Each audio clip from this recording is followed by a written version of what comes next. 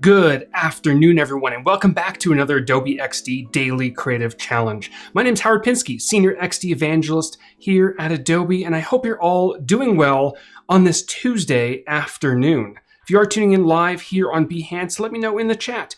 We've got Sam and Messayu. If I mispronounced your name, I do apologize. Laura and Umacorn, Viviana, Melody, where I am. Benjamin, who's asking if I'm doing well, feeling good. I am feeling great, but like I mentioned in the chat, not too far from there.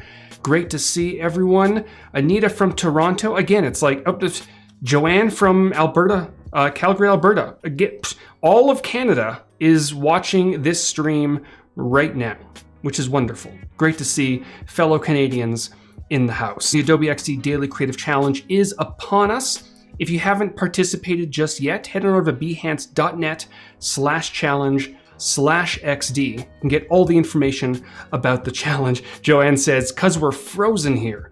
I know that feeling. I really do. Turn the fireplace on, turn Behance on. It's a good day, right? With some hot chocolate. That'll make it perfect.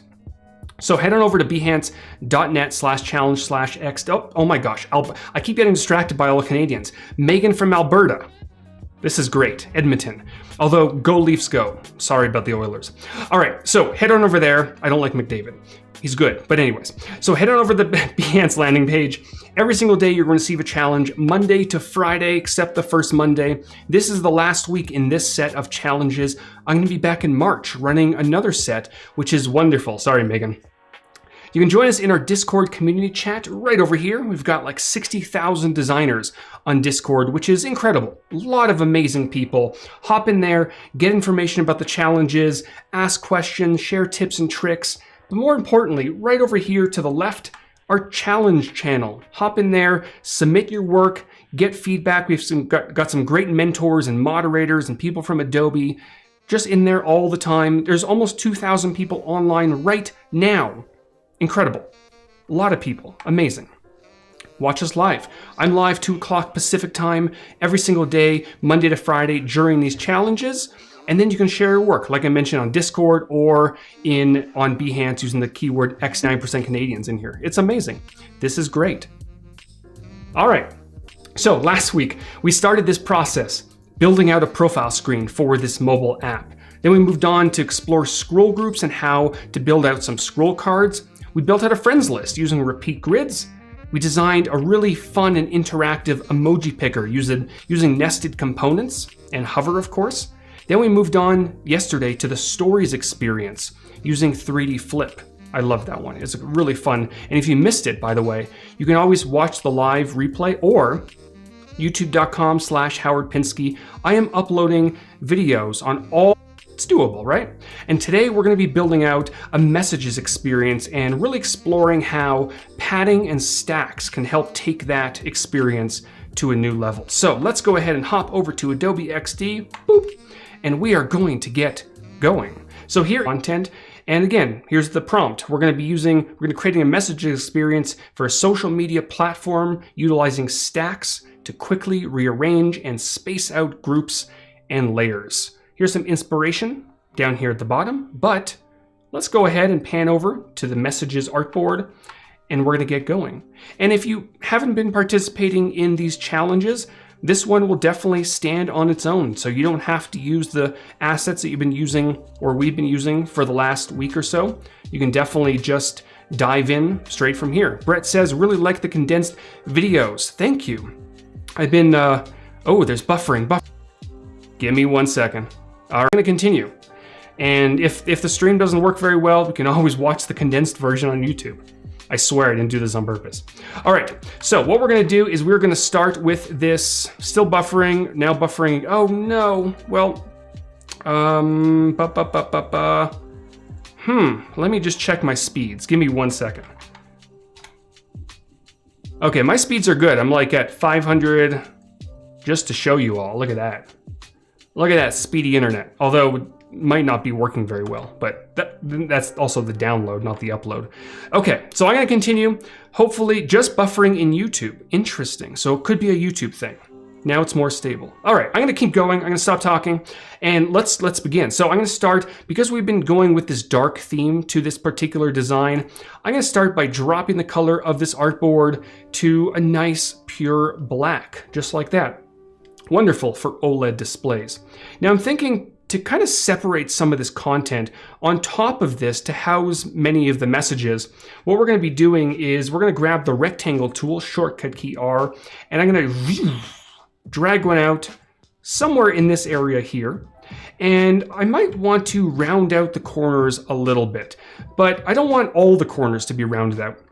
I might just want the right corner to be rounded out, because why not, right? So I'm going to hold down my Alt Option key and drag this corner back in quite a bit to have a nice little bit of style like that.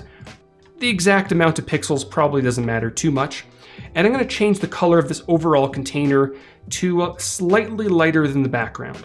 And then for the border, you can either set the border at white and then drop the opacity to add a nice color, just a little subtle border. There you go, see it right there? Or of course you can choose an exact color. Buffering again, oh no, on refresh worked for me, okay. I'm gonna ignore the buffering messages. It's out of my hands now. Could be YouTube. I'm not getting any error messages. Nope, looks good on my end. Okay, so we've got that, and now at the top, we want to indicate who we're talking with and what the user looks like. So I'm gonna grab the rectangle one more time and drag one out. I'm gonna round out the corners, just like that. I'm gonna kind of have it hanging off of, inside of this container a little bit. And then if I hop over to Finder, I've been using these toy faces quite a bit lately. So let's go ahead and grab this toy face right here, pop it into place, and maybe I'll give a little bit of a border just to kind of separate it from that background. There we go, right? And then maybe behind it, there may be an additional shape that indicates if this person has a story. And we've done this quite a few times. So I'm gonna duplicate this layer. I'm gonna change the border to black or a darker color. And then I'm gonna set the fill to a linear gradient. And we're gonna go for, let's try a nice pinkish up here, and then sort of a purple right down here. Now we wanna make sure, obviously, to put this behind the avatar in the front, enlarge it, right? Oh, I did this wrong, didn't I? I did. I don't need that border. I do not need that border. And then I'm gonna make sure to pull this in a little bit. Now, if you do want a little bit of a separation, you can add one more shape and basically just change this to a darker color, put it behind, and then increase it. Adjust the corner radius so that it looks visually pleasing. All right, that could work. Perfect. And then one more thing, we may want to indicate whether this user is online. So with the ellipse tool, I'm gonna drag one out. Maybe this person is online, so we're gonna change this color to a nice green. And again, to separate it from the background and so that it doesn't blend in too much, we're gonna give it a bit of a border. There we go. And of course, you're gonna add additional things like shadows and the whole 9 yards, but this is looking pretty good. All right, so it's also a little bit too large. So what I'm gonna do is I'm gonna select these elements here and just shrink them down a touch.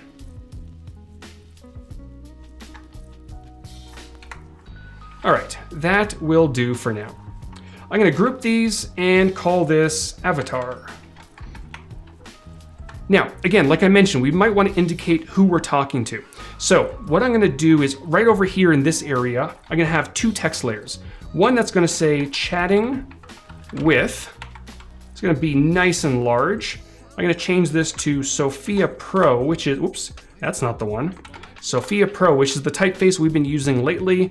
Let's try light. And I'm gonna pick a random name in the chat. I picked Umacorn yesterday. Let's go for Roxana. There we go. And I'm gonna bold this one and make it a little bit larger. There we go. Perfect. And then finally, we might want over to the left, we may want a little bit of an arrow to go back. So with my pen tool, I also activated the grid by pressing Command or Control semicolon, I believe. I don't have letters on my keyboard, so I don't know. I think it's semicolon. Someone will confirm. Change it to white. Make it a bit thicker, round out the corners, round out the caps. I like Sophia Pro too. It's a nice, simple typeface. It's fun, and it just works. All right. Beautiful. Now, of course, if you had more time, definitely go ahead and drag out some guides. Make sure things are aligned properly. These probably are not, but we can always go back and make those changes. All right.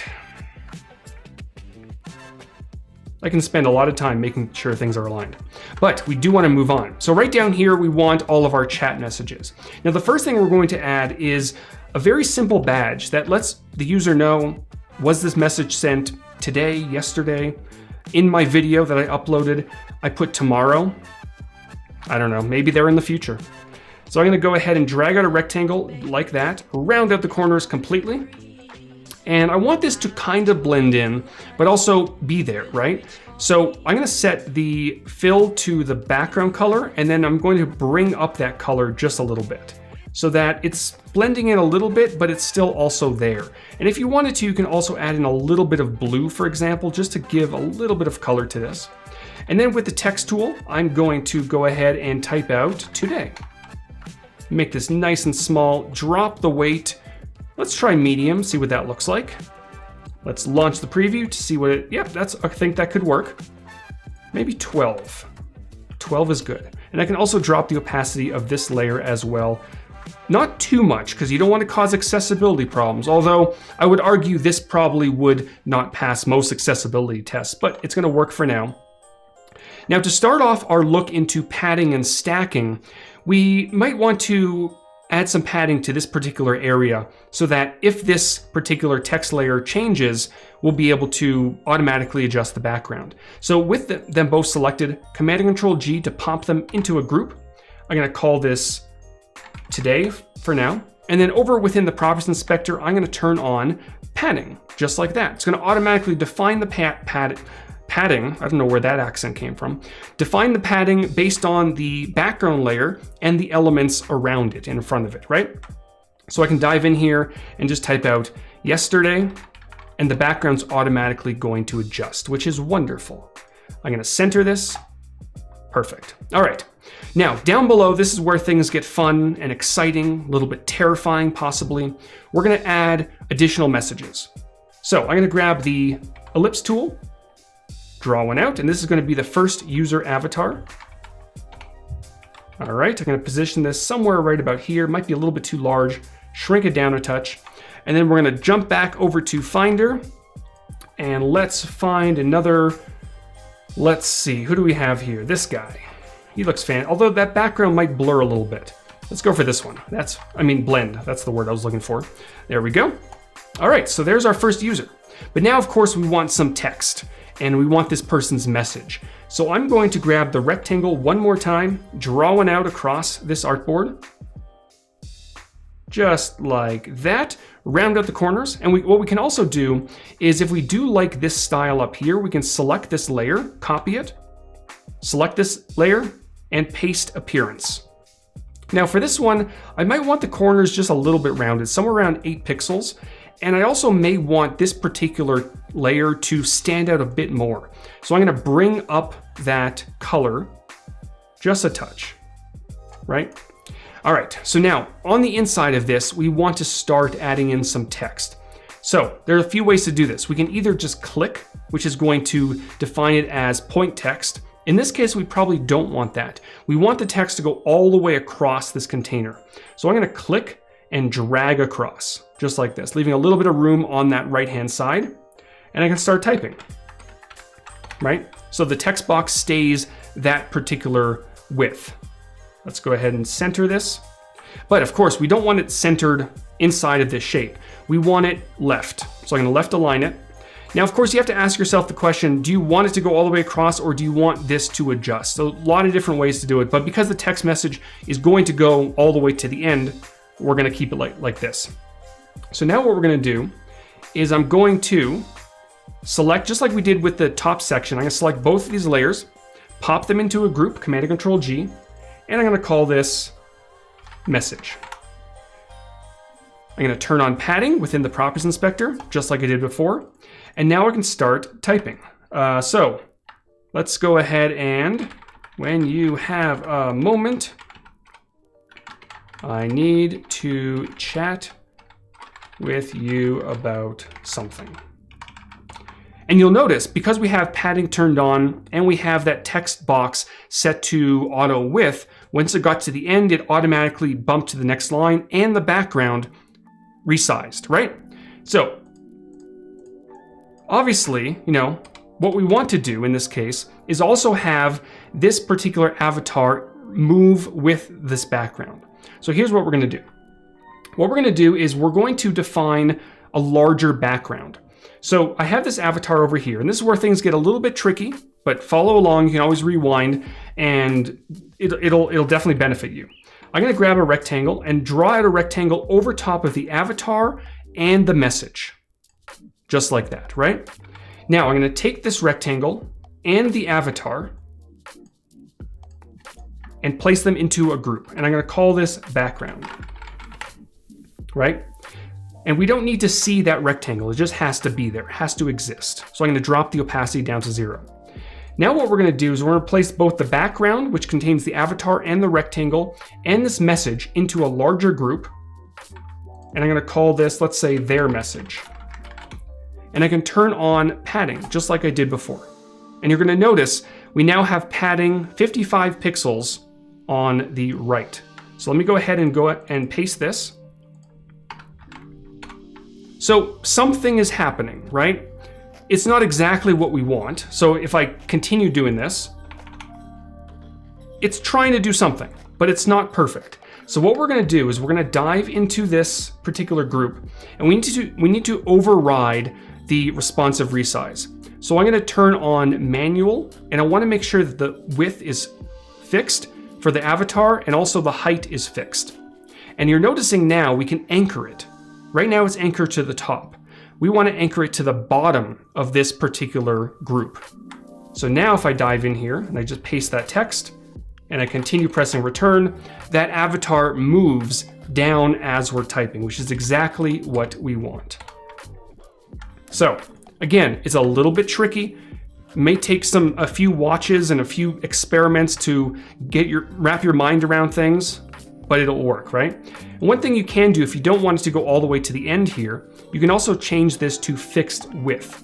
So that text box is going to adjust horizontally, right? And you can press return. So it also does it that way.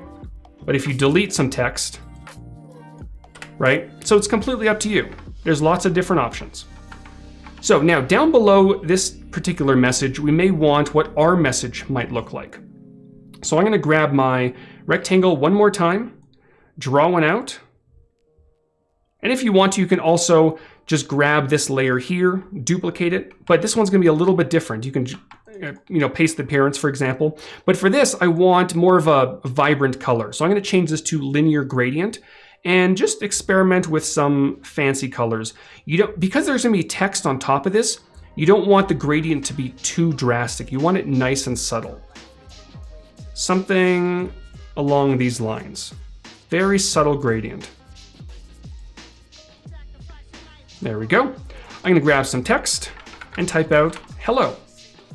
Now for this one, we want the same thing. We want padding, right? So I'm going to select both layers, group them just like we did before, my message, and I'm going to turn on padding. Now, because our messages are going to be aligned on the right side of the screen, what we're going to want to do is dive in here and make sure that the text is right aligned. And I'm going to check the padding. Let's go ahead. This one up here was 13, about 12 pixels on the side. So let's go ahead and make that consistent. So now I can go ahead and make those changes, right? There we go. All right, so we've started to define, let me move this over just a little bit so it lines up there. This one, I'm gonna pop right around here. Perfect. So we've started to define our messages. We have their message and we have our message. And now this is a perfect opportunity to really start setting up what a stack might look like. So I'm gonna select both of these groups, this one, my message, and their message, put these into a larger group. A lot of groups involved with this. Also works with components as well. And we're going to type out messages. And with that larger group created, we're going to turn on a stack within the properties inspector, which is going to define it as a vertical stack because these layers and the groups inside of them are going top to bottom. And this will allow us to just simply swap these around. And also, if we added more text to this particular layer, the ones below it are going to move, which is great. Now I can go ahead and grab, let's say, this overall their message group, duplicate it, shift this down, and change my message.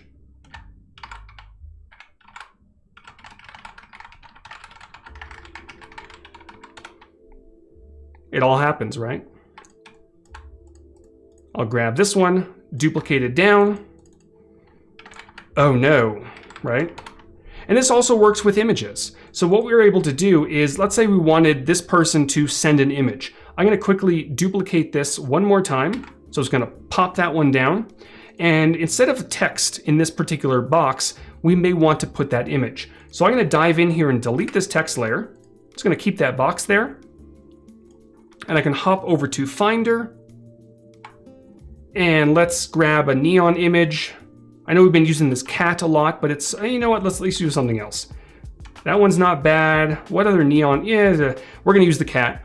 Always go to the cat, drag that in there, and then you're gonna notice as I pull this image downwards, the text layer below it resizes, which is wonderful. And also, we've worked on anchoring this avatar over here to the left at the bottom, so that adjusts as well. So there's a lot of fun things you can do with stacks and padding. Brett says the cat is perfect. I agree. And one more time, because stacks is enabled on this overall group, if we wanted this cat lovely image to be at the top, we can easily do that. We can pull this down a little bit, and look at that. Everything just looks wonderful.